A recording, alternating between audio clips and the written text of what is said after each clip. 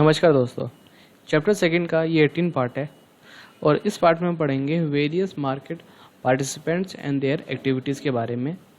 कितने टाइप के market participants stock market में हैं और उनकी कौन कौन सी एक्टिविटीज़ होती हैं।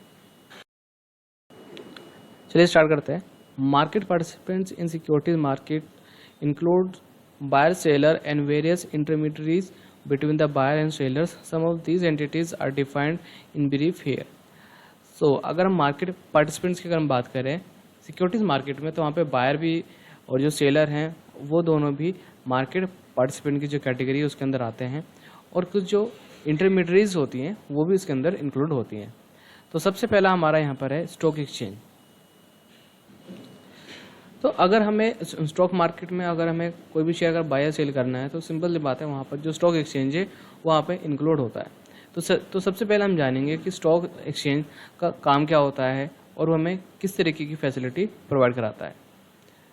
Stock exchanges provide a trading platform where buyers and seller can transact in already issued securities.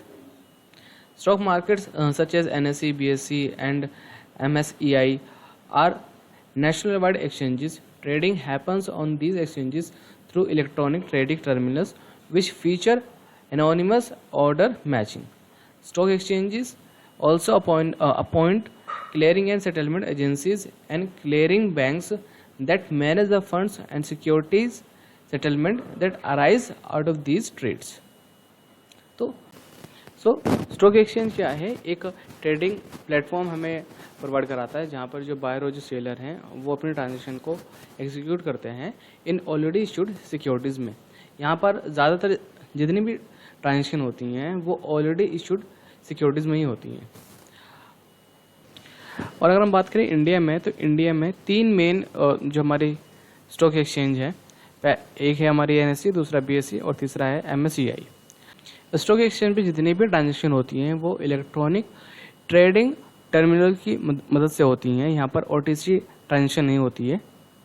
और स्टॉक एक्सचेंज क्लियरिंग कॉरपोरेशन और जो सेटलमेंट एजेंसीज हैं उनको भी अपॉइंट करती है, और साथ ही साथ क्लियरिंग बैंक्स को भी, ताकि जो भी ट्रांजेक्शन यहाँ पे एग्जीक्यूट हो, जितना भी फंड यहाँ पर आ रहा है और जा रहा है उसका एक रिकॉर्ड हो और वो ट्रांजेक्शन सही से हो।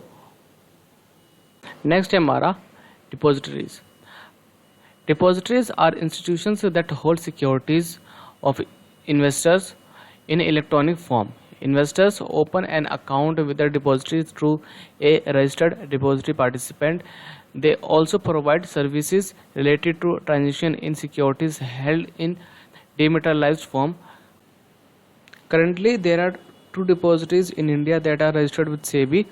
First one is Central Depository Services Limited and second National Securities depository limited. तो अभी जो डिपॉजिटरीज हैं उनका काम क्या है? देखिए, स्टॉक मार्केट में हम जो भी ट्रांजेक्शन एग्जीक्यूट करते हैं वहाँ पर हमारे पास एक सिक्योरिटी होती है। अब वो चाहे डिबेंचर हो, गवर्नमेंट बॉन्ड्स हों या फिर म्यूचुअल फंड के यूनिट्स हों, कुछ भी हो। तो पहले क्या होता था कि पहले हम उनको फिजिकल फॉर्म में उनको हम गैदर कर सकते थे, लेकिन अब क्या है कि अब जब भी हम ट्रांजेक्शन एग्जीक्यूट करते हैं तो वो हमें कहीं ना कहीं उसको रखना होता है। तो उसके लिए हमें एक डीमेट अकाउंट खुलवाना ज़रूरी होता है। अब जो हमारा डीमेट अकाउंट है वो हम डायरेक्ट डिपॉजिटरीज के पास जाके ओपन नहीं कर पा सकते, यानी कि CDSL और NSDL के पास हम डायरेक्ट जाके उनके पास अपना अकाउंट ओपन नहीं करा सकते। उसके लिए हमें ढूंढना होगा डिपॉजिटरी पार्टिसिपेंट। अब वो या तो आपका स्टॉक ब्रोकर हो सकता है, या फिर अगर आपने अपना ट्रेडिंग अकाउंट बैंक में खुलवा रखा है तो वो भी हो सकता है। तो CDSL और जो NSDL है वो क्या करती है, वो हमारे जो सिक्योरिटीज़ हैं उसको डीमेटेरियलाइज्ड फॉर्म में अपने पास रखती हैं। तो हम यहाँ पे ये कह सकते हैं कि जो CDSL है और जो NSDL है वो इसी तरीके की जो सर्विस है वो प्रोवाइड करवाती हैं। नेक्स्ट टॉपिक है हमारा depository participant. A depository participant is an agent of the depository through which it interfaces with the investor and provides depository services. Depository participants enable investors to hold and transact in securities in the dematerialized form, while the investor level accounts in securities are held and maintained by the DP. The company level accounts of securities issued is held and maintained by the depository. Depository participants are appointed by the depository with the approval of SEBI. Public financial institutions, scheduled commercial banks, foreign banks operating in India with the approval of Reserve Bank of India, state financial corporation, custodians, stockbrokers, clearing corporation, clearing houses, NBFCs, and registrar to an issue and share transfer agent complying with the requirements prescribed by SEBI can be registered as DP. तो यहाँ पे हम ये कह सकते हैं कि जो डिपॉजिटरी पार्टिसिपेंट है वो एक एजेंट है डिपॉजिटरी का, जो कि इंटरफेस करता है इन्वेस्टर के साथ और डिपॉजिटरी सर्विस प्रोवाइड कराता है। डिपॉजिटरी पार्टिसिपेंट क्या करते हैं, वो इन्वेस्टर को एक राइट देते हैं कि वो अपनी जो सिक्योरिटीज़ हैं उसको डिमैटेरियलाइज्ड फॉर्म में उसको ट्रांसैक्ट कर सकते हैं और उसको होल्ड करके रख सकते हैं। और इन्वेस्टर लेवल के जितने भी अकाउंट्स होते हैं, यानी जितनी भी सिक्योरिटीज़ होती हैं, वो डिपॉजिटरी पार्टिसिपेंट्स के पास मैनेज की जाती हैं। और कंपनी लेवल की जितने भी सिक्योरिटीज़ होती हैं वो मेंटेन की जाती हैं डिपॉजिटरीज के पास।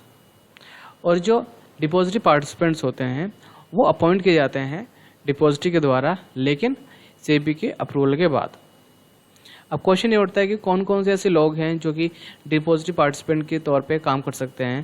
तो यहाँ पे इन्होंने नाम दे रखे हैं: public financial institutions, scheduled commercial banks, foreign banks, custodian, state financial corporation, stock brokers, clearing corporation, clearing houses, NBFCs। तो ये सारे वो लोग हैं जो कि एज ए डिपॉजिटरी पार्टिसिपेंट काम कर सकते हैं या फिर वो जुड़ सकते हैं डिपॉजिटरीज के साथ। इस वीडियो के लिए बस इतना ही, मिलते हैं नेक्स्ट वीडियो में। इस वीडियो से रिलेटेड अगर आपका कोई क्वेश्चन है तो आप हमें व्हाट्सअप कर सकते हैं या फिर आप हमें मेल कर सकते हैं या फिर आप कमेंट बॉक्स में कमेंट करके हमें बता सकते हैं।